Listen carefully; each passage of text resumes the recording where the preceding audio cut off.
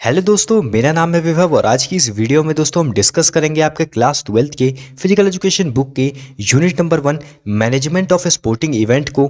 तो दोस्तों ये जो वीडियो है ये according to the new syllabus है 2022 टू 23। तो इस वीडियो को दोस्तों एंड तक देखिएगा।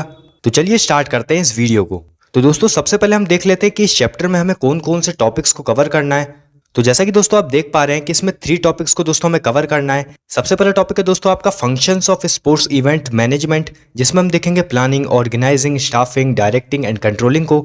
सेकंड टॉपिक है दोस्तों आपका various committees and their responsibilities pre, during, post. Third topic है दोस्तों आपका फिक्चर्स एंड इट्स प्रोसीजर, जिसमें हम देखेंगे नॉकआउट के by and seeding and league के स्टेयरकेस एंड साइक्लिक को। इस टॉपिक को दोस्तों हम एक सेपरेट वीडियो लेक्चर में कवर करेंगे। इस वीडियो लेक्चर में दोस्तों हम इसके स्टार्टिंग के 2 टॉपिक्स को कवर करने वाले हैं। तो विदाउट वेस्टिंग एनी टाइम हम स्टार्ट करते हैं इस वीडियो को। तो चलिए सबसे पहले हम देख लेते हैं functions of sports events management, जिसमें हम देखेंगे planning, organising, staffing, directing, controlling. सबसे पहला टॉपिक है प्लानिंग। तो प्लानिंग दोस्तों एक प्राइमरी फंक्शन होता है मैनेजमेंट का। मतलब दोस्तों जो प्लानिंग है वो सबसे पहला फंक्शन है मैनेजमेंट का। इसमें दोस्तों जो मैनेजर होते हैं वो यही डिसाइड करते हैं कि उन्हें क्या करना है, कैसे करना है, किसके द्वारा करना है। तो अगर हम दोस्तों इसका एक एग्जांपल लें तो जैसे कि जो स्पोर्ट्स इवेंट्स होते हैं, जैसे कि आईपीएल हो गया, प्रो कबड्डी लीग हो गई, इनको भी कंडक्ट कराने के लिए दोस्तों सबसे पहले एक अच्छी खासी प्लानिंग लगती है। तभी दोस्तों वो जो हमारा स्पोर्ट्स इवेंट है, चाहे वो प्रो कबड्डी लीग हो, आईपीएल हो, वो इतने अच्छे से होता हुआ दिखता है। इसीलिए दोस्तों जो प्लानिंग है वो काफ़ी ज़्यादा इंपॉर्टेंट है। सेकेंड फंक्शन है ऑर्गेनाइजिंग। तो दोस्तों ऑर्गेनाइजिंग का मतलब होता है रिसोर्सेज को डिस्ट्रीब्यूशन करना। हमने मतलब प्लानिंग तो कर ली है, अब बारी है रिसोर्सेज का डिस्ट्रीब्यूशन करना। और ऑर्गेनाइजिंग में दोस्तों हम डिफरेंट पर्सोनल जो होते हैं उनको भी ऑर्गेनाइज करते हैं, ताकि जिससे दोस्तों जो हमारे गोल्स हैं, मतलब जो हम स्पोर्ट इवेंट कराने वाले हैं उसके लिए जो हमारे गोल्स हैं कि वो जो टूर्नामेंट है या फिर वो जो स्पोर्ट इवेंट है वो अच्छे से हो जाए, इस चीज़ के लिए। थर्ड है स्टाफिंग। तो स्टाफिंग का मतलब होता है दोस्तों कि जिस पर्सन को जिस काम में इंटरेस्ट है, जिस काम में उसका टैलेंट है, उसे हमें वही काम देना चाहिए। तो जैसे कि दोस्तों हम अभी वेरियस कमिटीज़ के बारे में भी पढ़ेंगे, तो वहाँ पर भी दोस्तों एक कमेटी के अंदर बहुत सारे लोग होते हैं। तो दोस्तों हमें उन कमिटीज़ के अंदर उन्हीं लोगों को रखना चाहिए जिनको दोस्तों उन कमिटीज़ में इंटरेस्ट है, जिनको उन काम में इंटरेस्ट है। तभी दोस्तों वो लोग अच्छे से काम कर पाएंगे। और हमारा जो एम है, जैसे कि आईपीएल को कंडक्ट कराना या फिर प्रो कबड्डी लीग को कंडक्ट कराना, तो ये चीज़ अच्छे से हो पाएगी। तो यही होता है स्टाफिंग। नेक्स्ट पॉइंट है डायरेक्टिंग। तो डायरेक्टिंग भी दोस्तों मैनेजमेंट का ही फंक्शन है। अब जैसे कि दोस्तों हमको पता है कि हमने सबसे पहले तो प्लानिंग कर ली है, ऑर्गेनाइजिंग भी कर ली है और स्टाफिंग भी कर ली है, तो इसके बाद एक इंपॉर्टेंट फंक्शन डायरेक्टिंग ही आता है। इसमें दोस्तों हमें क्या करना होता है, हमने काम तो बांट दिया सभी लोगों के बीच में, उनका जो टैलेंट था उसके अकॉर्डिंग हमने उनको काम भी दे दिया है। तो अब बारी है डायरेक्टिंग की। डायरेक्टिंग में दोस्तों चीज़ें आती हैं जैसे कि इंस्ट्रक्टिंग, गाइडिंग, इंस्पायरिंग, मोटिवेटिंग, ताकि जिससे वो लोग अपना बेस्ट एफर्ट देकर हमारे इस गोल को अचीव करने में मदद कर पाएँ। और गोल हमारा क्या है? गोल हमारा यही है कि जो हमारा स्पोर्ट इवेंट है, चाहे वो आईपीएल हो, चाहे प्रो कबड्डी लीग हो, वो अच्छे से हो पाए। और लास्ट फंक्शन ऑफ मैनेजमेंट है कंट्रोलिंग। तो दोस्तों कंट्रोलिंग लीडर्स के लिए एक प्रोसेस है जिससे वो मॉनिटर कर पाते हैं सक्सेस को। तो दोस्तों कंट्रोलिंग का मतलब होता है कि हम एक्चुअल परफॉर्मेंस को प्लान्ड परफॉर्मेंस के साथ कंपेयर कर पाएं। मतलब दोस्तों जब हमने प्लानिंग करी थी तो हमने यही सोचा होगा कि जो हमारा टूर्नामेंट होगा या फिर जो हमारा स्पोर्ट इवेंट होने वाला है ये अच्छे से हो पाए। तो कंट्रोलिंग में दोस्तों हम यही देखते हैं कि जो हमने सोचा था, जो हमने प्लानिंग करी थी इस स्पोर्ट्स इवेंट के लिए कि अच्छे से हो पाए, वो अच्छे से हो पा रही है कि नहीं। तो यही था दोस्तों आपका पहला topic, functions of sports event management. अब हम देखते हैं सेकंड टॉपिक को, जो कि है दोस्तों हमारा various committees and their responsibilities, जिसमें हम देखेंगे pre responsibilities, during responsibilities and post responsibilities. तो चलिए स्टार्ट करते हैं। तो सबसे पहले दोस्तों हम देख लेते हैं वेरियस कमिटीज को, मतलब कौन कौन सी कमिटीज है। तो सबसे पहली कमेटी है दोस्तों हमारा पब्लिसिटी कमेटी। तो जैसे कि दोस्तों आपको नेम से ही क्लियर हो रहा होगा कि पब्लिसिटी कमेटी का काम यही है कि ये एडवर्टाइज करती है स्पोर्ट इवेंट को। मतलब दोस्तों इनका काम है एडवर्टीजमेंट का। और दोस्तों जो पब्लिसिटी कमेटी है वो अनाउंस करती है पहले से ही डेट को, टाइम को, वेन्यूज़ को। वेन्यूज़ का मतलब हो गया दोस्तों किस किस जगह पर वो स्पोर्ट इवेंट कंडक्ट कराया जाएगा। ये सारी चीज़ दोस्तों वो एडवांस में ही बता देती है वेरियस इंस्टीट्यूशंस को, जैसे कि टीवी हो गया, रेडियो हो गया, न्यूज़पेपर हो गया। और वो दोस्तों पोस्टर भी रिलीज करती है। जैसे कि दोस्तों आपने देखा होगा कि आईपीएल होने से पहले ही उसका पोस्टर आ जाता है, उसका एडवर्टीजमेंट होने लग जाता है, जिससे हमें पता चल जाता है कि आईपीएल होने वाला है। तो यही काम होता है दोस्तों पब्लिसिटी कमेटी का। सेकंड कमेटी है दोस्तों हमारा ट्रांसपोर्टेशन कमेटी। तो जैसा कि दोस्तों आपको नेम से ही क्लियर हो रहा होगा कि जितने भी ट्रांसपोर्टेशन से रिलेटेड काम है वो सब ट्रांसपोर्टेशन कमेटी का है। तो दोस्तों जो ट्रांसपोर्टेशन कमेटी है ये रिस्पॉन्सिबल होती है ट्रांसपोर्टेशन के रिलेटेड फैसिलिटीज़ प्रोवाइड करने का। इनका काम ये होता है दोस्तों कि जितनी भी टीम्स है जो कि उस स्पोर्ट्स इवेंट में पार्टिसिपेट करने वाली है, उनको वेन्यू तक पहुंचाना, उनको उस जगह तक पहुंचाना जहां पर वो स्पोर्ट इवेंट कंडक्ट होने वाला है। तो यही था ट्रांसपोर्टेशन कमेटी। थर्ड कमेटी है बोर्डिंग एंड लॉजिंग कमेटी। तो दोस्तों जो बोर्डिंग एंड लॉजिंग कमेटी है, इसका काम होता है कि जितने भी प्लेयर्स हैं, जितने भी ऑफिशियल्स हैं जो कि उस टूर्नामेंट में पार्ट लेने वाले हैं, उन सभी के लिए खाने और रहने की व्यवस्था करने का ये सब काम होता है बोर्डिंग एंड लॉजिंग कमेटी का। और दोस्तों बोर्डिंग एंड लॉजिंग कमेटी को फूड एंड एकोमोडेशन कमेटी भी कहते हैं। नेक्स्ट कमेटी है डेकोरेशन एंड सेरेमनी कमेटी। तो दोस्तों स्टेडियम को डेकोरेट करना, स्पोर्ट्स एरिना को डेकोरेट करना, ये सब काम होता है डेकोरेशन एंड सेरेमनी कमेटी का। और दोस्तों डेकोरेशन एंड सेरेमनी कमेटी का काम ये भी होता है कि जितनी भी नेसेसरी अरेंजमेंट करनी होती है ओपनिंग सेरेमनी में, विक्ट्री सेरेमनी में, क्लोजिंग सेरेमनी में, ये सब काम डेकोरेशन एंड सेरेमनी कमेटी का ही होता है। तो दोस्तों ट्रॉफीज, मेडल्स, सर्टिफिकेट्स, इन सब के अरेंजमेंट का काम भी डेकोरेशन एंड सेरेमनी कमेटी का ही होता है। नेक्स्ट कमेटी है ग्राउंड्स एंड इक्विपमेंट कमेटी।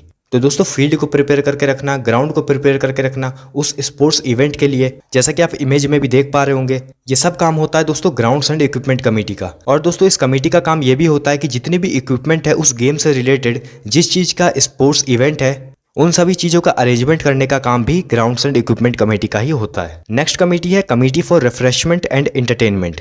तो दोस्तों इस कमेटी का काम ये होता है कि जितनी भी रिफ्रेशमेंट प्रोवाइड करनी होती है, ड्रिंक्स प्रोवाइड करनी होती है ऑफिशियल्स को, गेस्ट को, कॉम्पिटिटर्स को, प्लेयर्स को, ये सब काम होता है दोस्तों committee for refreshments and entertainment का। और दोस्तों जितनी भी अरेंजमेंट होती है एंटरटेनमेंट प्रोग्राम्स का ओपनिंग सेरेमनी में, क्लोजिंग सेरेमनी में, ये सब काम दोस्तों committee for refreshment and entertainment का ही होता है। तो जैसा कि दोस्तों आप जानते हैं कि आईपीएल के ओपनिंग सेरेमनी में भी आपको सेलिब्रिटीज डांस करते हुए दिखते हैं, तो ये सब काम दोस्तों committee for refreshments and entertainment का ही होता है। नेक्स्ट कमेटी है रिसेप्शन कमेटी। तो दोस्तों ये जो कमेटी है ये रिस्पॉन्सिबल होती है वेलकम करने के लिए चीफ गेस्ट को, प्लेयर्स को, ऑफिशियल्स को, स्पेक्टेटर्स को। स्पेक्टेटर्स का मतलब होता है दोस्तों दर्शक। तो इन सभी लोगों को वेलकम करने का उस स्पोर्ट्स इवेंट में ये सब काम होता है रिसेप्शन कमेटी का। नेक्स्ट कमेटी है टेक्निकल कमेटी। तो दोस्तों जितने भी टेक्निकल कंडक्ट होते हैं इन सभी चीज़ों के लिए रिस्पॉन्सिबल होते हैं टेक्निकल कमेटी।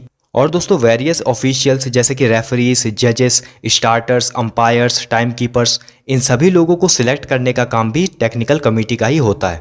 नेक्स्ट कमेटी है प्रोटेस्ट कमेटी। तो दोस्तों प्रोटेस्ट कमेटी का काम ये होता है कि उस स्पोर्ट्स इवेंट के अंदर अगर कोई रॉन्ग जजमेंट हो जाती है तो दोस्तों ये जो कमेटी है ये प्रोटेस्ट करती है और दोस्तों उस रॉन्ग जजमेंट के खिलाफ कुछ एक्शंस भी लेती है। तो ये सब काम देखने का होता है प्रोटेस्ट कमेटी का। नेक्स्ट कमेटी है फाइनेंस कमेटी। तो दोस्तों ये जो कमेटी है ये रिलेटेड होती है फाइनेंशियल मैनेजमेंट के, मतलब पैसों के मैनेजमेंट के लिए ये जो कमेटी है रिस्पॉन्सिबल होती है। ये जो कमेटी है दोस्तों ये बजट को प्रिपेयर करती है और इनकम एंड एक्सपेंडिचर अकाउंट को भी बनाती है। मतलब दोस्तों उस स्पोर्ट्स इवेंट को कराने में कितना खर्चा हो गया और क्या उससे इनकम हुई, ये सभी चीज़ों को देखने का काम होता है फाइनेंस कमेटी का। नेक्स्ट कमेटी है फर्स्ट एड कमेटी। तो दोस्तों ये जो कमेटी है इसके अंदर वेल क्वालिफाइड डॉक्टर होते हैं और दोस्तों स्पोर्ट्स इवेंट के दौरान अगर किसी भी प्लेयर को चोट लग जाती है या फिर वो इंजर्ड हो जाता है या कोई ऑफिशियल अगर इंजर्ड हो जाते हैं तो उनको फर्स्ट एड प्रोवाइड करने का काम होता है फर्स्ट एड कमेटी का। अब दोस्तों हम देख लेते हैं कि जितनी भी अभी हमने कमिटीज़ पढ़ी इन सभी कमिटीज़ की प्री टूर्नामेंट रिस्पॉन्सिबिलिटीज़ क्या है, ड्यूरिंग टूर्नामेंट रिस्पॉन्सिबिलिटीज़ क्या है एंड पोस्ट टूर्नामेंट रिस्पॉन्सिबिलिटीज़ क्या है। तो चलिए स्टार्ट करते हैं। सबसे पहले हम देख लेते हैं pre tournament responsibilities. Pre tournament responsibilities का मतलब होता है दोस्तों कि जो भी हम टूर्नामेंट करा रहे हैं, जो भी हम स्पोर्ट इवेंट करा रहे हैं, उसको कराने से पहले दोस्तों कमिटीज़ को कौन कौन से काम करने पड़ते हैं। तो सबसे पहला पॉइंट है दोस्तों स्पोर्ट इवेंट जो भी हम करा रहे हैं उसके लिए बजट को प्रिपेयर करना। सेकंड पॉइंट है जो भी हम स्पोर्ट्स इवेंट करा रहे हैं उसके लिए शेड्यूलिंग करना, मतलब दोस्तों उसके लिए डेट, वेन्यू, टाइमिंग, ये सब चीज़ों को फिक्स करना। थर्ड पॉइंट है वेरियस कमिटीज़ को फॉर्म करना ताकि जिससे वो जो स्पोर्ट इवेंट है वो अच्छे से हो पाए। फोर्थ पॉइंट है प्राइजेस का, सर्टिफिकेट्स का अरेंजमेंट पहले से करके रखना। और फिफ्थ पॉइंट है स्पोर्ट्स पर्सन के लिए, ऑफिशियल्स के लिए, चीफ गेस्ट के लिए खाने और रहने का व्यवस्था करना। ये सब काम कमिटीज़ के प्री टूर्नामेंट रिस्पॉन्सिबिलिटीज़ होती है। अब हम देख लेते हैं ड्यूरिंग टूर्नामेंट रिस्पॉन्सिबिलिटीज़। मतलब दोस्तों वो जो स्पोर्ट इवेंट है या फिर वो जो टूर्नामेंट हम कंडक्ट करा रहे हैं उसके दौरान कमिटीज़ के क्या क्या रोल होते हैं, उनके क्या क्या काम होते हैं। सबसे पहला पॉइंट है डिसिप्लिन को मेंटेन करके रखना उस स्पोर्ट्स इवेंट के अंदर। सेकंड पॉइंट है प्रॉपर स्कोर शीट को बनाना। फॉर एग्जांपल जैसे कि दोस्तों अगर क्रिकेट का टूर्नामेंट हम करा रहे हैं तो वहां पर भी दोस्तों कितने रन बन रहे हैं ये सब चीज़ स्कोर शीट में आ जाती है। थर्ड पॉइंट है प्रोवाइड करना या अपडेट करना इन्फॉर्मेशन को इलेक्ट्रॉनिक या प्रिंट मीडिया में। फोर्थ पॉइंट है दोस्तों फर्स्ट एड फैसिलिटी को प्रोवाइड करना। मान लीजिए दोस्तों कोई क्रिकेट का टूर्नामेंट चल रहा है और उसमें दोस्तों कोई प्लेयर घायल हो गया तो उसको फर्स्ट एड फैसिलिटी प्रोवाइड करना। ये सब ड्यूरिंग टूर्नामेंट की रिस्पॉन्सिबिलिटीज है कमिटीज़ का। और दोस्तों फिफ्थ पॉइंट है अरेंजमेंट करके रखना रिफ्रेशमेंट का प्लेयर्स के लिए और ऑफिशियल्स के लिए। रिफ्रेशमेंट का मतलब हो जाएगा यहाँ पर दोस्तों ड्रिंक्स में दोस्तों जैसे कि आपके आगे कोल्ड ड्रिंक्स, ये सारी चीज़ें, वाटर, ये सब दोस्तों रिफ्रेशमेंट में आ जाती है। इन सभी चीज़ों का अरेंजमेंट करके रखना प्लेयर्स के लिए, ऑफिशियल्स के लिए। तो ये सब दोस्तों ड्यूरिंग टूर्नामेंट रिस्पॉन्सिबिलिटीज़ थी कमिटीज़ के। अब हम देख लेते हैं पोस्ट टूर्नामेंट रिस्पॉन्सिबिलिटीज़। मतलब दोस्तों वो टूर्नामेंट अब खत्म हो गया है, उसके बाद दोस्तों कमिटीज़ की क्या क्या रिस्पॉन्सिबिलिटीज़ है, उनके क्या क्या काम है। तो फर्स्ट पॉइंट है जो भी दोस्तों प्राइजेस हैं या फिर जो सर्टिफिकेट्स हैं उसको दोस्तों जो विनिंग टीम है या फिर जो विनर प्लेयर है उसको देना।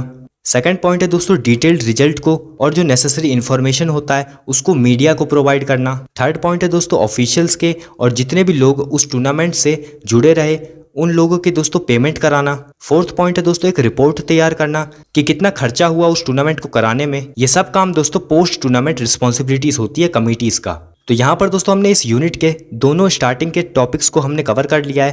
पहला टॉपिक था दोस्तों हमारा functions of sports event management. Second topic था दोस्तों हमारा various committees and their responsibilities, जिसमें हमने देखा प्री रिस्पॉन्सिबिलिटीज, ड्यूरिंग रिस्पॉन्सिबिलिटीज और post responsibilities. Next video lecture में दोस्तों हम इसके लास्ट टॉपिक को देखेंगे जो कि है दोस्तों हमारा फिक्चर्स एंड इट्स प्रोसीजर, जिसमें हम देखेंगे नॉकआउट के बाई एंड सीडिंग और लीग के स्टेयरकेस एंड साइक्लिक। तो आई होप दोस्तों ये वीडियो आपको हेल्पफुल रही होगी। अगर ये वीडियो आपको अच्छी लगी तो इस वीडियो को लाइक करें, इस वीडियो को शेयर कीजिए अपने दोस्तों के साथ। और अगर दोस्तों आप ऐसी ही वीडियोस को देखते रहना चाहते हैं तो इस चैनल को सब्सक्राइब कीजिए। तब तक के लिए दोस्तों all the best, stay tuned with us.